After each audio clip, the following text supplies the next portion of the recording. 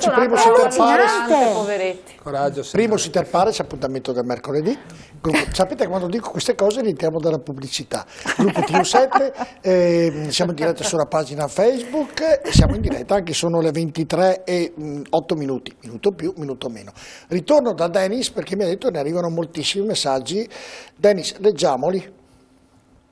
Allora, andiamo con 4 messaggi anche in questa serie, cominciando da quello che vedrete adesso. Conosco bene il sistema francese. Francia, assegno familiare per ogni figlio circa 400 euro al mese. In Italia, assegno familiare per figlio circa 30 euro. E questo è uno. Proseguiamo poi con gli altri messaggi su cui ovviamente poi potrete dibattere. I 3 figli li ho desiderati alla faccia dei vari aiuti soldi che non ho mai avuto, ma diventar matti a cercare i libri e ora per cercare 3 PC per poterli mandare a scuola in casa, questo significa martoriare i genitori. Andiamo avanti, allora leggendo anche un ulteriore messaggio, spezzo una lancia a favore del professor Paolo Crepè. I miei genitori hanno messo al mondo negli anni 60 4 figli con coraggio e speranza. Lavorava come dipendente di un ente pubblico solo mio padre. A noi non è mancato nulla, a partire dai 14 anni però ci siamo rimboccati le maniche, studi e lavoretti sabato pomeriggio e durante le vacanze.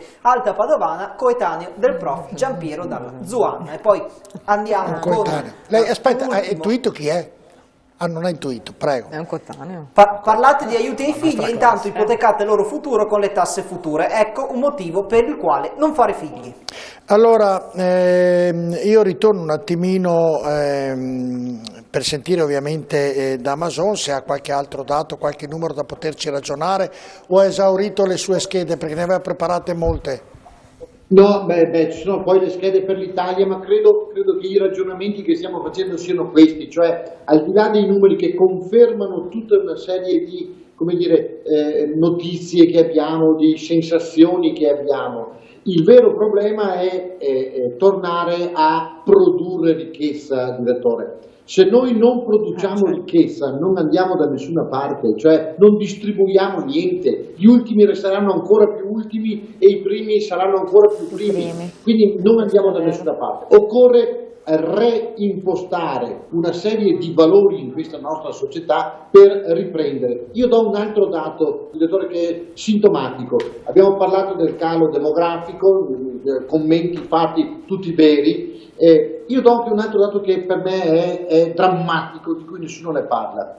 Pensi che nel Veneto, parlo sempre del dato Veneto perché mi pare sia il motivo della nostra riflessione. Beh, ci vedono anche a Roma, Ci vedono anche a Roma. Sì, ma il dato Veneto è quello che... Un dato di media, è una media nazionale il Veneto. Sempre, sì.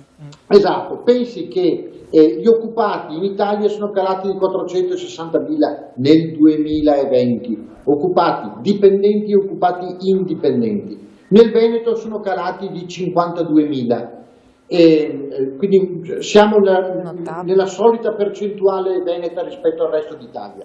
Ma la differenza nel nostro Veneto è che gli occupati dipendenti sono calati di 17.000, gli occupati indipendenti, cioè mi riferisco in modo particolare a chi è presente là e che conosce bene il Veneto, le famose partite IVA, il famoso popolo delle partite IVA.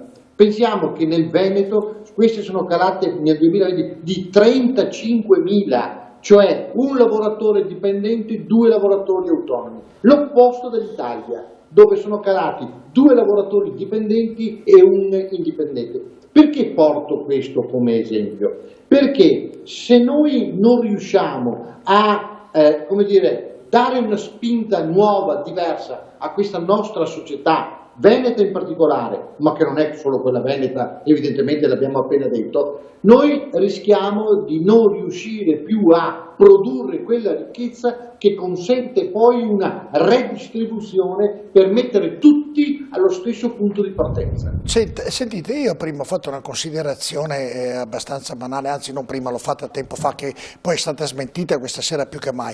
Pensavo che nel periodo del Covid le coppie rimanendo a casa facessero più figli, invece ho scoperto che proprio l'Iddio non ne fanno meno. Io inizialmente pensavo, ho detto guarda, rimangono a casa l'anno scorso, e invece davvero avevo questo sentore, che poi ho cannato alla grande perché si è dimostrato... perché qui c'è tanta gente che lavora a lavoro autonomo, a professioni indipendenti come veniva detto, e quindi non sapendo se riapre, non riapre, non avendo fatturato solo spesa, come fa a mettere in cantiere un figlio?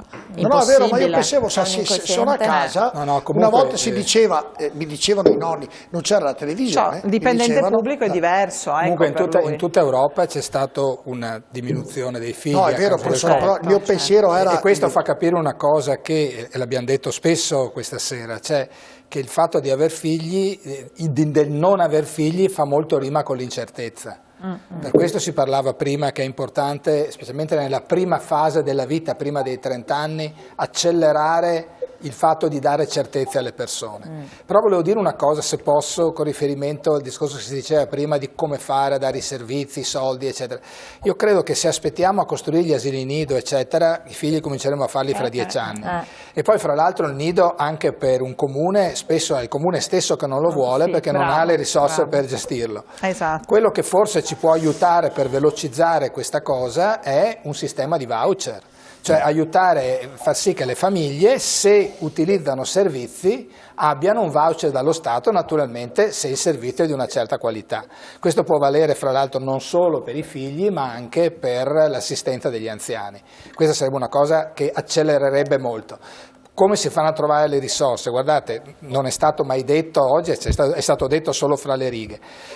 Ha ragione Mason quando dice che è difficile aumentare la quantità di soldi dedicata al welfare.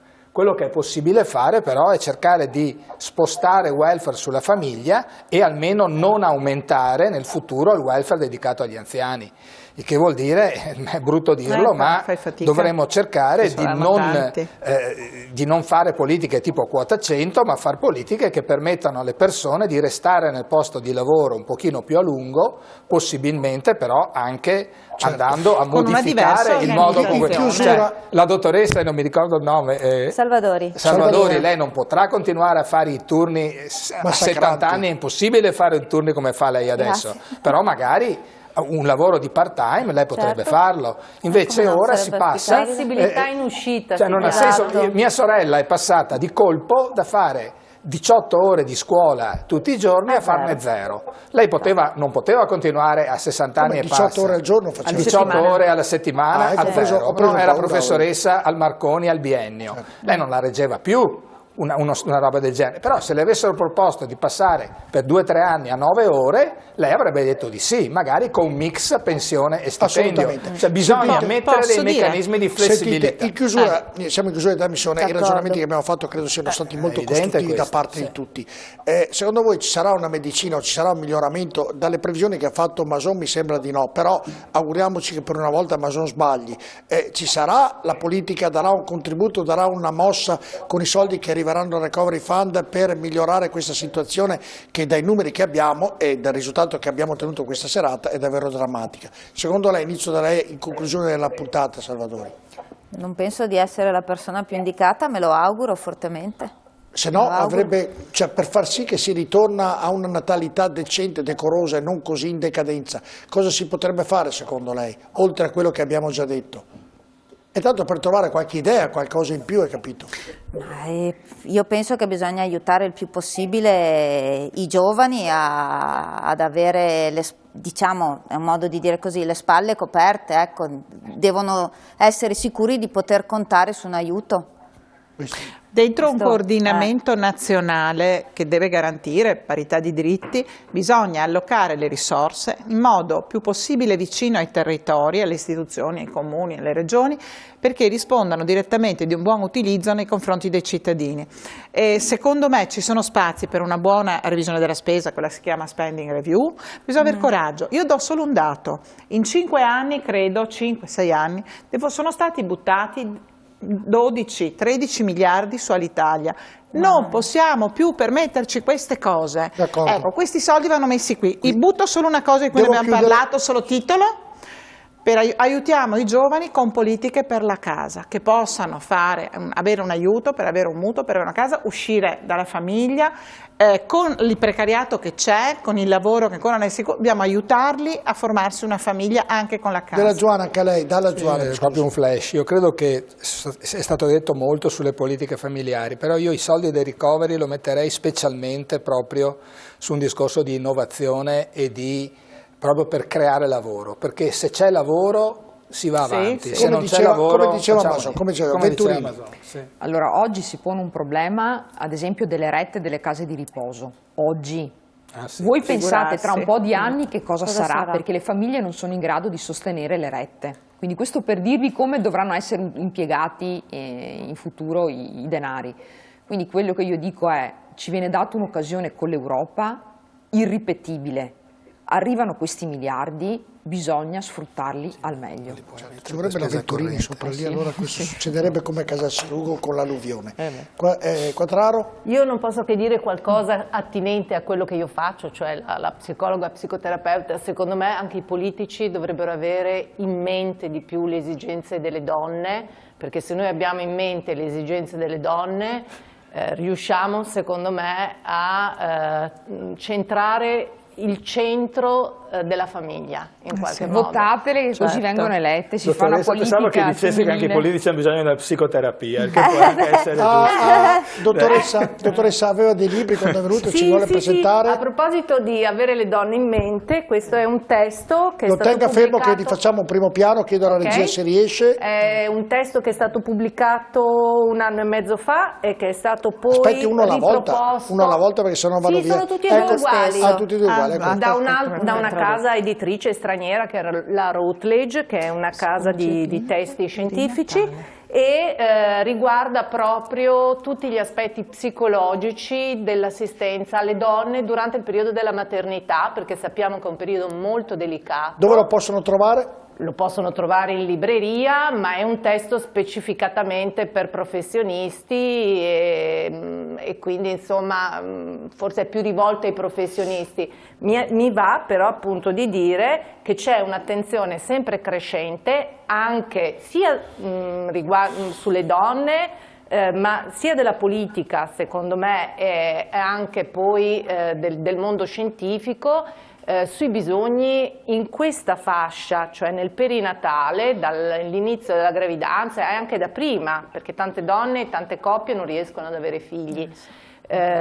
Quindi c'è un'attenzione sempre crescente anche proprio alla sofferenza emotiva, perché ricordiamoci che questa, dalla gravidanza fino ai primi 2 anni dopo il parto, ha un forte impatto poi sullo sviluppo del bambino. Certo. Quindi se vogliamo avere degli adulti di domani che siano sani ed equilibrati, a proposito di quel che si diceva, è importante investire a 360 gradi sulla famiglia, quindi sulla donna, certo. E in questo modo poi Giampiero Dalla Giovanna, prima di entrare in trasmissione, lei ha detto che ha fatto un libro sul sesso, ho sbagliato a capire, mi vuole correggere esattamente? Uno dei filoni di studi nostri in Dipartimento di Scienze Statistiche è il comportamento sessuale dei giovani. Ce lo può dire così rapidamente in chiusura? Faremo una trasmissione anche su questo. Lo portavo, il libro lo mostravo, se mi diceva. Non lo sapevo. Si intitola Piacere e fedeltà. Piacere e fedeltà. Si dice dove lo possono trovare questo libro? In qualsiasi libreria, edito dal Mulino.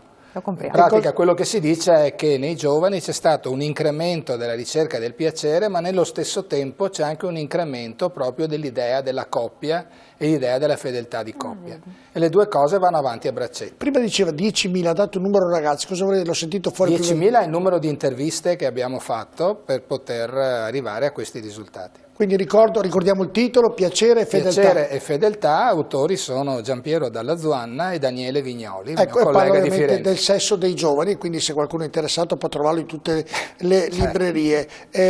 Vabbè, io vi ringrazio davvero, però prima della chiusura, prima vi saluto, ci hanno richiesto, mi diceva Dennis, il filmato con la famiglia di 7 figli, qualcuno vuole rivederlo, allora vi saluto e prima della sigla rivedremo ovviamente quel filmato. Io ringrazio davvero la dottoressa Sabrina Sabrina Salvadori, medico di patologia neonatale all'ospedale di Padova, grazie di essere con noi. Ringrazio Simonetta Rubinato, Presidente Veneto per le Autonomie, grazie al professor Giampiero Dalla Zuanna, professore di demografia dell'Università di Padova, a Elisa Venturini di Forza Italia, ovviamente lavora in Regione Veneto, e saluto anche Rosa Maria Quattraro, psicologa e psicoterapeuta. Davvero grazie a tutte di essere intervenute. Saluto anche Denis. Eccolo qui che si è tolto la mascherina, non c'è l'audio, aspetta che mettiamo l'audio. Saluto Denis, ripartiamo.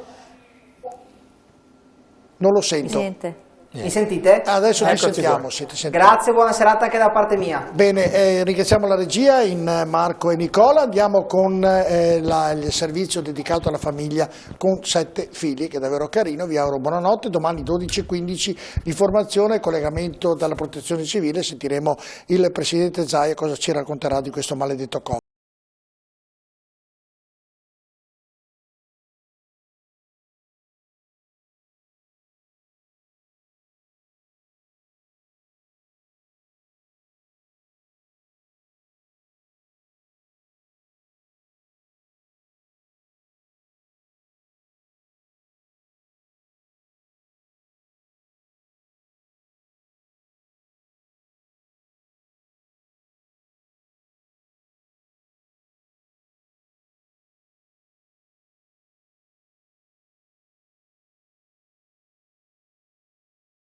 Come un cielo stellato, un tramonto, come il mare, come una magnolia fiorita che ti accoglie sull'uscio di casa.